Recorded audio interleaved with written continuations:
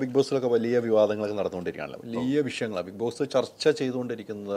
Big ബോസിലേക്ക് പോകുന്ന പെൺകുട്ടികളെ ഏഷ്യാനെറ്റിൻ്റെ തലപ്പത്തുള്ളവർ യൂസ് ചെയ്തു, അല്ലെങ്കിൽ അവരെ പീഡിപ്പിക്കപ്പെടുന്ന അഖിൽമാരാർ പറഞ്ഞൊരു വ്യക്തി വിന്നർ വന്ന് പറയുകയൊക്കെ ചെയ്തു. അതൊക്കെ വേറൊരു ചർച്ചയാണ്, ഞാൻ അതിലേക്ക് വരുന്നുണ്ട്. ആ ചർച്ചയൊക്കെ കേട്ടപ്പോൾ എന്താണ് തോന്നിയത്? അങ്ങനെയൊക്കെ കേട്ടപ്പോൾ എന്താണ് ഒരു ഷോ ഡയറക്ടർ എന്ന നിലയിൽ തോന്നിയത്? ഇത് ആക്ച്വലി ഇതൊരു 3 മന്തിലേക്കുള്ള ഒരു വലിയൊരു ഷോ ആണ്. ഇത് ഇന്ത്യയിലായിട്ട് മാത്രമുള്ളൊരു ഷോ പോലുമല്ല. ഒരു ഒരു എൻ്റെ മോൾ ഷൈൻ എന്ന് പറയുന്ന ഒരു വലിയ കമ്പനി, ഒരു നെതർലാൻഡ് ബേസ് ചെയ്തിട്ടുള്ള ഒരു കമ്പനി, അവർ ബിഗ് ബ്രദർ എന്ന് പറയുന്ന ഒരു ഷോ ഓൾറെഡി ലോകത്തെമ്പാടും നടക്കുന്ന ഷോ ആണ്. അതിൻ്റെ ഒരു ഇന്ത്യൻ വേർഷനാണ് നമ്മൾ ബിഗ് ബോസ് എന്ന് വിളിക്കുന്നത്.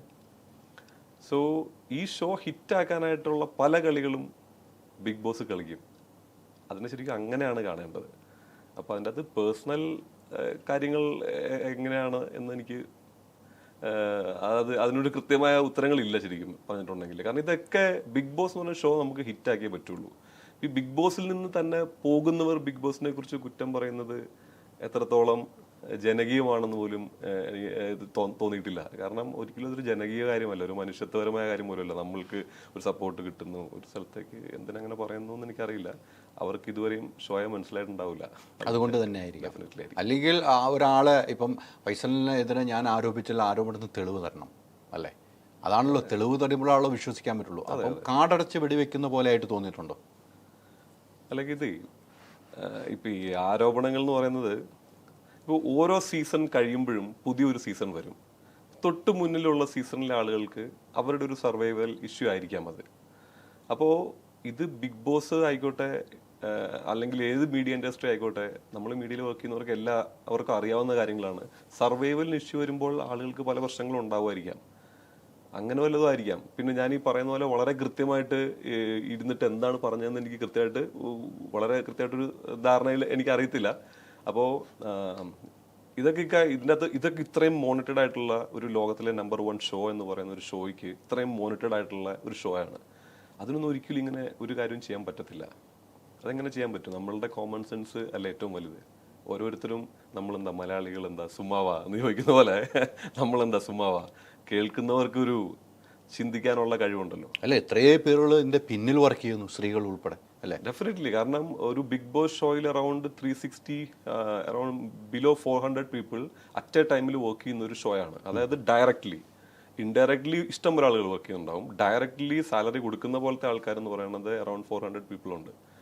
ഇത്ര ഒരു കണ്ടസ്റ്റന്റിന് ഒരു cameraman always monitoring with a camera.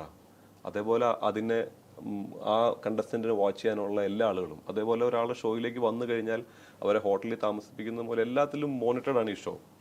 അങ്ങനെ ഒരു ഷോയിൽ ഈ പറയുന്നവരൊക്കെ ഇത് കഴിഞ്ഞിട്ട് വന്നവരാണ്. പിന്നെ കിട്ടാതിരിക്കുന്നവർ എന്തെങ്കിലും പറയുന്നതിനകത്ത് കിട്ടാത്ത മുന്തിരി പുളിക്കും എന്ന് പറയുന്ന പോലെ തന്നെ എനിക്ക് തോന്നിയിട്ടുള്ളൂ. തീർച്ചയായിട്ടും. ഈ പറഞ്ഞ പോലെ ലാലേട്ടൻ്റെ എപ്പിസോഡാണ് ഡയറക്റ്റ് ചെയ്യുന്നത്, അല്ലേ? ഇപ്പം പൊതുവെ പറയുന്നത് ലാലേട്ടൻ വന്നിട്ട് ആണ് ആ എപ്പിസോഡ് സംസാരിക്കുന്നത്, അല്ലേ? അപ്പം നിങ്ങളൊരു കൂടിയാലോചന, ഇപ്പം ഡയറക്ടർ എന്നതിൽ താങ്കളുണ്ടാവും, പിന്നെ മറ്റ് ADCമാരുണ്ടാവും, അത് സ്ക്രിപ്റ്റ് ഈ ലാലേട്ടൻ പറയേണ്ട സ്ക്രിപ്റ്റ് എഴുതാം, അങ്ങനെ ഒരു ഗ്യാങ് ഉണ്ടാവുമല്ലോ. ഇത് ശനിയും ഞായറുമാണ് ലാലേട്ടൻ വരുന്നത്. ലാലേട്ടൻ ഈ എപ്പിസോഡുകളൊക്കെ കാണാനുള്ള സമയമുണ്ടോ എന്ന് നമുക്കൊക്കെ പൊതുവെ ഒരു സംശയമുണ്ട് കേട്ടോ. ലാലേട്ടൻ ഇത്ര എപ്പിസോഡ് കണ്ടിട്ടുണ്ടോ അന്ന് വന്ന് ഒരേ കാര്യങ്ങൾ പറയാം. അപ്പോൾ നിങ്ങൾ ലാലേട്ടൻ്റെ കുറച്ച് നിയന്ത്രണങ്ങൾ വെക്കാറുണ്ടോ? ലാലേട്ടൻ ഇങ്ങോട്ട് കാര്യങ്ങൾ പറയാറുണ്ടോ? ലാലേട്ടൻ്റെ എപ്പിസോഡ് കാണാറുണ്ടോ? നിയന്ത്രണങ്ങൾ വെക്കാറുണ്ടോ ഇല്ല എന്നുള്ളതിലേക്ക് വരുന്നതിന് മുന്നേ എനിക്ക് തോന്നുന്നു ലാലേട്ടൻ എപ്പിസോഡ് കാണാറുണ്ടോ എന്നുള്ള ചോദ്യം വളരെ ഇമ്പോർട്ടൻ്റ് ആണ്. Definitely he's 100% dedicated for everything. നമ്മളൊരു കാണാത്ത വിഷയങ്ങൾ പോലും ലാൽ സാറ് ശ്രദ്ധിച്ചിട്ടാണ് വരുന്നത്. ഷോ അത്രയും കണ്ടിട്ടാണ് വരുന്നത്. ഇപ്പോൾ ഫ്ലൈറ്റിൽ ഇരുന്നിട്ട് കാണുന്നത് ഞാൻ കണ്ടിട്ടുണ്ട്, നമ്മുടെ കാറിലിരിക്കുമ്പോൾ കാണുന്നത് ഞാൻ കണ്ടിട്ടുണ്ട്, ഹോട്ടലിലിരിക്കുമ്പോൾ കാണും. ഒരു ദിവസം 1 മണിക്കൂർ ഷോ കാണുക എന്നുള്ളൊരു കാര്യം ലാൽ സാർ അത് ഡെഫിനറ്റ്ലി ചെയ്തിട്ട് തന്നെയാണ് ഷോയ്ക്ക് വരുന്നത്. ആൾക്കറിയാം. പിന്നെ ഞാൻ ഇതല്ലാതെ ഈ ബിഗ് ബോസ് അല്ലാതെ ഞാൻ ഒരുപാട് പരസ്യങ്ങൾ ആളുടെ കൂടെ ചെയ്തിട്ടുണ്ട്. പിന്നെ ഈ ലാലേട്ടൻ്റെ കൂടെ വർക്ക് ചെയ്തിരിക്കുന്ന ആൾക്കാർക്കൊക്കെ അറിയാം ഒരു കാര്യം ഏൽപ്പിച്ചാൽ എത്ര വൃത്തിയോടെയാണ് ചെയ്യുന്നത്. അതുകൊണ്ട് കാണാതെ വന്നിട്ട് ചെയ്യേണ്ട ഒരു ഉത്തരവാദിത്തമില്ലാത്ത ഒരാളല്ല ലാലേട്ടൻ, ഒരിക്കലും അല്ല. ഡെഫിനറ്റ്ലി അല്ല. ഇങ്ങനെ ചർച്ച നടക്കുന്നു, ലാലേട്ടൻ ഷോ ഒന്നും കാണുന്നില്ല, കാണാതെയാണ് നിങ്ങൾ എഴുതി കൊടുക്കുന്നത്, അത് പറയാമെന്ന് പറയണു. അത് ലാലേട്ടനെ ഇൻസൾട്ട് ചെയ്യുന്ന പോലെ എനിക്ക് തോന്നുന്നു. പക്ഷെ ലാലേട്ടൻ അതിൻ്റെ സമയം എടുത്ത് കാണുന്നുണ്ട്, ഡെഫിനറ്റ്ലി കാണുന്നുണ്ട്. ചർച്ചകൾ പലതും നടക്കുമല്ലോ. ഇപ്പം ഞാൻ ചെയ്ത സീസണിന്റെ ടാഗ്ലൈൻ തന്നെ the show must go on എന്നായിരുന്നു. Definitely the show must go on. ചർച്ചകൾ നടക്കും.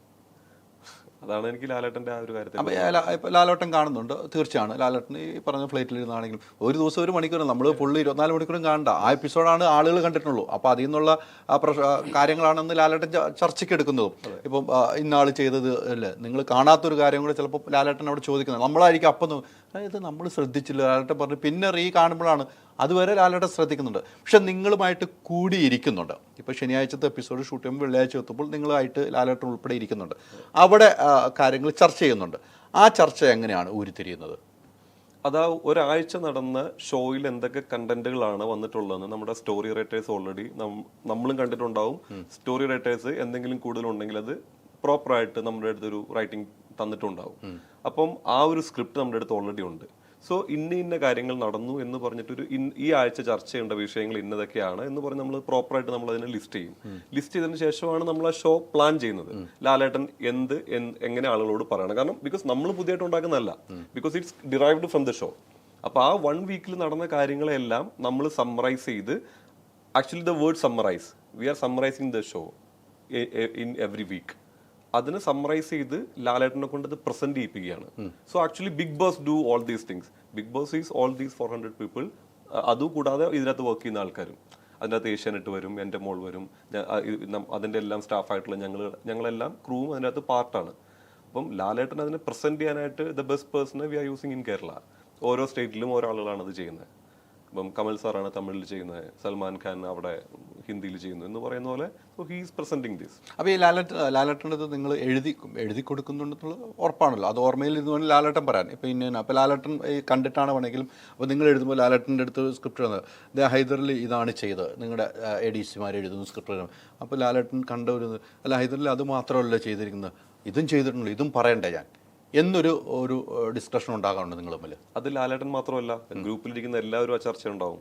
കാരണം ഒരു റൈറ്റർ ഒരു കാര്യം പറഞ്ഞിട്ടുണ്ടെങ്കിൽ റൈറ്റർ പറഞ്ഞ കാര്യം അത് ഓക്കെ ആണോ, അതോ അഡീഷൻ ഉണ്ടോ, അതിൻ്റെ അകത്ത് ഡിലീറ്റ് ചെയ്യേണ്ട കാര്യങ്ങളുണ്ടോ എന്ന് ചെക്ക് ചെയ്യാൻ ഞങ്ങൾ എല്ലാവരും ഇരുന്നിട്ടാണ് തീരുമാനിക്കുന്നത്. ആ മീറ്റിംഗിലെ ഒരു കൺക്ലൂഷൻ ആയിട്ടാണ് അതിൻ്റെ ഒരു ഫൈനൽ സ്ക്രിപ്റ്റ് ഉണ്ടാവുക. അല്ലാതെ നമ്മൾ എഴുതിക്കൊണ്ട് വരുന്ന സാധനം അതേപടി ലാലേട്ടൻ ഈ why we are writing for a discussion, after the discussion we derive to a final conclusion. എല്ലാവരും ഒരുമിച്ചിരുന്ന് അതിൽ നിന്ന് ഫൈനൽ ഉണ്ടാവുള്ളൂ. എൻ്റെ HODs ആണ്, എൻ്റെ HODs ഇരുന്നിട്ടാണ് അത് ഉണ്ടാക്കുന്നത്. അതിനുശേഷമാണ് ഇത് ഫൈനൽ ചെയ്ത് ലാലേട്ടനിലേക്ക് എത്തുന്നുള്ളൂ. ഡെഫിനറ്റ്ലി അത് ലാലേട്ടനും കൂടി ഇരിക്കുന്ന ഒരു മീറ്റിംഗ് ആണ്. അപ്പൊ ആർക്കും അങ്ങോട്ടും ഇങ്ങോട്ടും അയാളെ ഇങ്ങനെ ഉപദ്രവിക്കാം, ഇയാളെ എങ്ങനെ ഉപദ്രവിക്കാം. Actually this is not an ഉപദ്രവം, this is game, fully game. ഒളിമ്പിക്സിൽ പോയിട്ടുണ്ടെങ്കിൽ ഓൺലി ഫിസിക്കൽ ആക്ടിവിറ്റി മതി. ഇത് മെന്റലി കളിക്കണം, ഫിസിക്കലി കളിക്കണം, എല്ലാ രീതിയിലും കളിക്കണം. This is the best show, this is the best thing. Digital കാര്യങ്ങൾ ചൂസ് ചെയ്യുമ്പോൾ go with the experts. Oxygen, digital expert.